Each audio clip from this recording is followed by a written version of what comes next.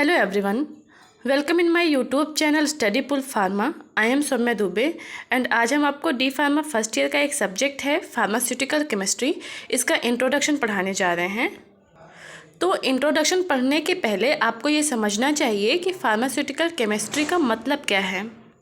तो सबसे पहले केमिस्ट्री का मतलब समझ लेते हैं। केमिस्ट्री मीन्स क्या होता है? रसायन विज्ञान, यानी एक ऐसा विज्ञान जिसमें हम केमिकल रिएक्शंस के बारे में पढ़ते हैं, छोटे छोटे मॉलिक्यूल्स के बारे में पढ़ते हैं, बायोलॉजिकली एक्टिव मॉलिक्यूल्स के बारे में पढ़ते हैं एंड एटम्स के बारे में पढ़ते हैं। तो ऐसे विज्ञान को क्या कहते हैं? रसायन विज्ञान या फिर केमिस्ट्री। तो केमिस्ट्री एक ऐसा विज्ञान है जिसमें हम दो चीज़ों का रिएक्शन करा के किसी तीसरी चीज़ का निर्माण करने के बारे में पढ़ते हैं। और फार्मास्यूटिकल का मतलब क्या होता है? फार्मास्यूटिकल मीन्स फार्मेसी से रिलेटेड या दवाओं से रिलेटेड। तो एक ऐसा विज्ञान जो हमें दवाओं से रिलेटेड केमिकल रिएक्शन के बारे में बताता हो, दवाओं को बनाने के लिए प्रयोग होने वाले मॉलिक्यूल्स के बारे में बताता हो, उन दवाओं के यूज़ तथा स्टोरेज कंडीशन के बारे में बताता हो, तो रसायन विज्ञान या फिर फार्मास्यूटिकल केमिस्ट्री कहलाता है। अगर इसको हम साधारण भाषा में समझें तो chemistry means chemical reaction. Chemistry में हम केमिकल रिएक्शन ही पढ़ते हैं ना, तो chemistry means chemical reaction and pharmaceutical means pharmacy से रिलेटेड या दवाओं से रिलेटेड। तो हमें इस विज्ञान में क्या पढ़ना है? दवाओं से रिलेटेड केमिकल रिएक्शंस पढ़ने हैं या दवाओं को बनाने के लिए केमिकल रिएक्शंस पढ़ने हैं। तो चलिए अब आगे बढ़ते हैं और डेफिनेशन पढ़ लेते हैं। डेफिनेशन क्या है इसकी? Pharmaceutical chemistry is defined as the design and synthesis of biological active molecules. Pharmaceutical chemistry एक ऐसा विज्ञान है जो बायोलॉजिकली एक्टिव मॉलिक्यूल्स की सिंथेसिस के बारे में पढ़ाता है। बायोलॉजिकली एक्टिव मॉलिक्यूल क्या होते हैं? ऐसे मॉलिक्यूल जो हमारे शरीर में जाकर, हमारी बॉडी में जाकर एक्टिव हो जाते हों। जैसे कि दवाएं हैं, दवाएं हमारे शरीर में जाकर एक्टिव हो जाती हैं, फिर अपना काम करना। तो फार्मास्यूटिकल केमिस्ट्री हमें क्या बताती है? बायोलॉजिकली एक्टिव मॉलिक्यूल्स की सिंथेसिस, यानी दवाओं की सिंथेसिस। सिंथेसिस मीन्स होता है प्रिपरेशन, दवाएं बनाने का तरीका। तो फार्मास्यूटिकल केमिस्ट्री एक ऐसा विज्ञान है जिसमें हम दवाएं बनाने का तरीका सीखते हैं। इसके साथ साथ उन दवाओं के यूज़ कैसे होते हैं, उसका रखरखाव कैसे करना है, इस बारे में भी हम इस केमिस्ट्री में पढ़ते हैं। अगर आपसे कोई कहे कि फार्मास्यूटिकल केमिस्ट्री के डेफिनेशन बताएं, तो आप ऐसे बता सकते हैं कि ऐसा विज्ञान जिसमें दवाएं बनाने के तरीके को बताया जाता है वो फार्मास्यूटिकल केमिस्ट्री कहलाता है। तो चलिए अब आगे बढ़ते हैं और स्कोप ऑफ फार्मास्यूटिकल केमिस्ट्री पढ़ लेते हैं। स्टूडेंट्स, स्कोप का मतलब क्या होता है? एक लिमिट या एक ऐसी एरिया जिसमें हम बताए गए नॉलेज का उपयोग कर सकते हैं। एग्जाम्पल के तौर पर जैसे आपको स्कोप ऑफ फार्मास्यूटिकल केमिस्ट्री पढ़ना है, यानी आपको उस एरिया या उस लिमिट के बारे में पढ़ना है जिसमें हम फार्मास्यूटिकल केमिस्ट्री का उपयोग कर सकते हैं। मान लीजिए आपको पढ़ना है स्कोप ऑफ फार्माकोग्नोसी, यानी कि आपको ऐसे एरिया के बारे में फार्माकोग्नोसी की नॉलेज का उपयोग कर सकते हो। इसी तरह से आपको पढ़ना क्या है? स्कोप ऑफ फार्मास्यूटिकल केमिस्ट्री, यानी कि आपको उस एरिया के बारे में पढ़ना है, उस लिमिट के बारे में पढ़ना है जिस लिमिट तक या जिस एरिया में हम फार्मास्यूटिकल केमिस्ट्री का उपयोग कर सकते हो।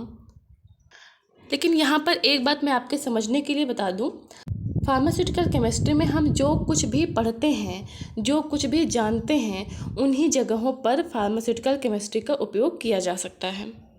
जैसे एग्जाम्पल के तौर पर आपने क्या पढ़ा कि फार्मास्यूटिकल केमिस्ट्री में मेडिसिन की सिंथेसिस के बारे में पढ़ाया जाता है, यानी मेडिसिन की सिंथेसिस या मेडिसिन की प्रिपरेशन एक ऐसी एरिया है जहाँ पर हम फार्मास्यूटिकल केमिस्ट्री का उपयोग कर सकते हैं। तो इस चीज़ का आप ध्यान रखिएगा। तो चलिए आगे बढ़ते हैं और स्कोप ठीक से पढ़ते हैं। फर्स्ट पॉइंट क्या है? Synthesis of main medicine. Pharmaceutical chemistry में जो हमारी मेन मेडिसिन है उसकी सिंथेसिस के बारे में पढ़ते हैं। अब मेन मेडिसिन क्या होती है?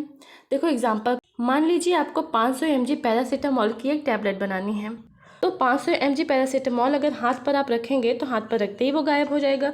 इसीलिए हम क्या करते हैं, उसको बड़े फॉर्म में कन्वर्ट करते हैं, यानी उसको एक टैबलेट का शेप दे देते हैं।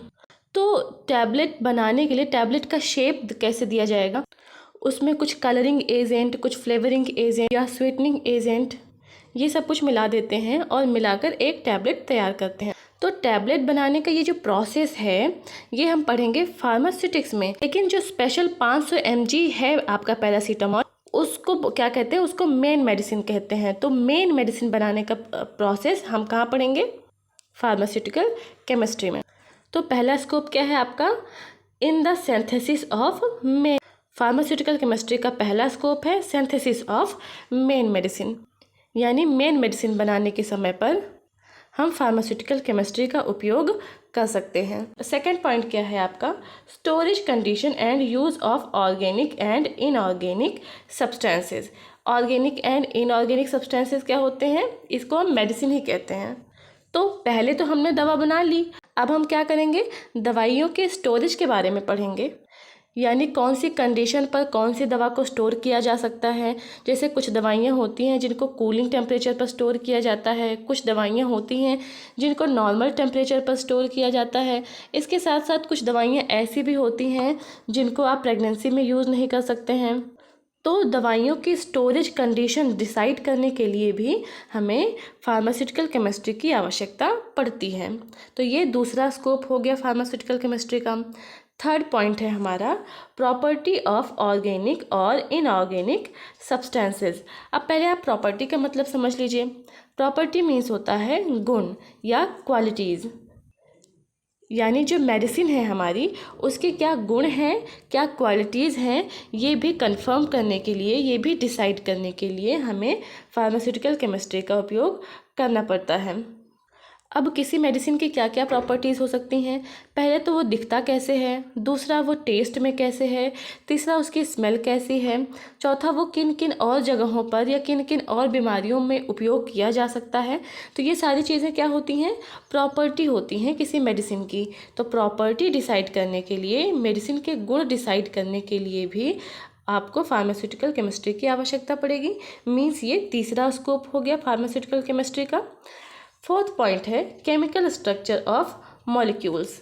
ये तो अब साधारण सी बात है कि किसी भी मॉलिक्यूल का, जैसे दवा बनाने में हम क्या करें, मॉलिक्यूल्स का उपयोग किसी भी मॉलिक्यूल का केमिकल स्ट्रक्चर पता करने के लिए भी हमें केमिस्ट्री की आवश्यकता पड़ेगी।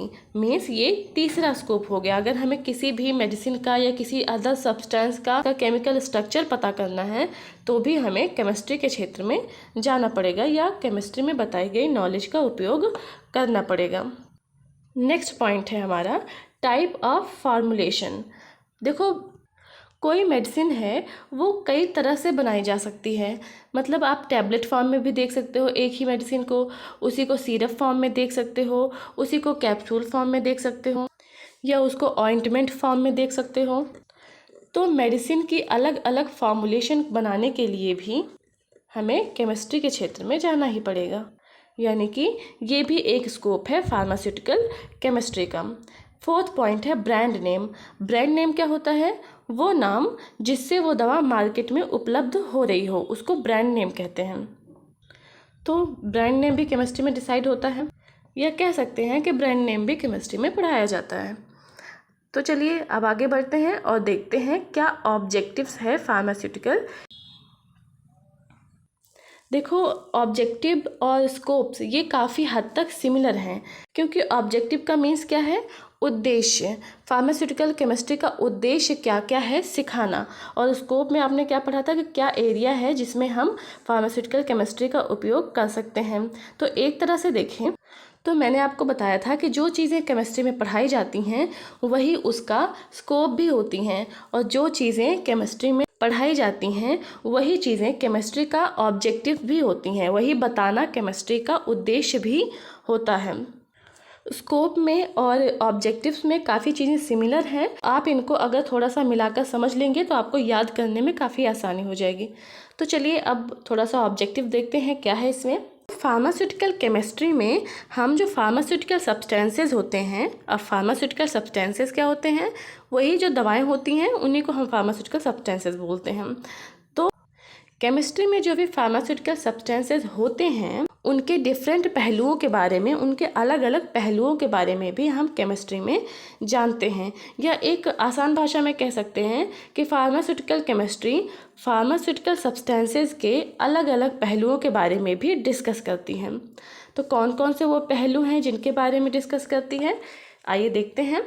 फर्स्ट पॉइंट क्या है हमारा, केमिकल क्लासिफिकेशन। जो भी दवा या जो मेडिसिन हम पढ़ रहे हैं उस मेडिसिन का, उस दवा का केमिकल क्लासिफिकेशन हम फार्मास्यूटिकल केमिस्ट्री में पढ़ते हैं। देखो, क्लासिफिकेशन का मतलब क्या होता है, वर्गीकरण। यानी किसी भी दवा को उसके केमिकल नेचर के आधार पर किन किन भागों में वर्गीकृत किया गया है, किन किन भागों में क्लासीफाई किया गया है, ये भी हम फार्मास्यूटिकल केमिस्ट्री में पढ़ते हैं।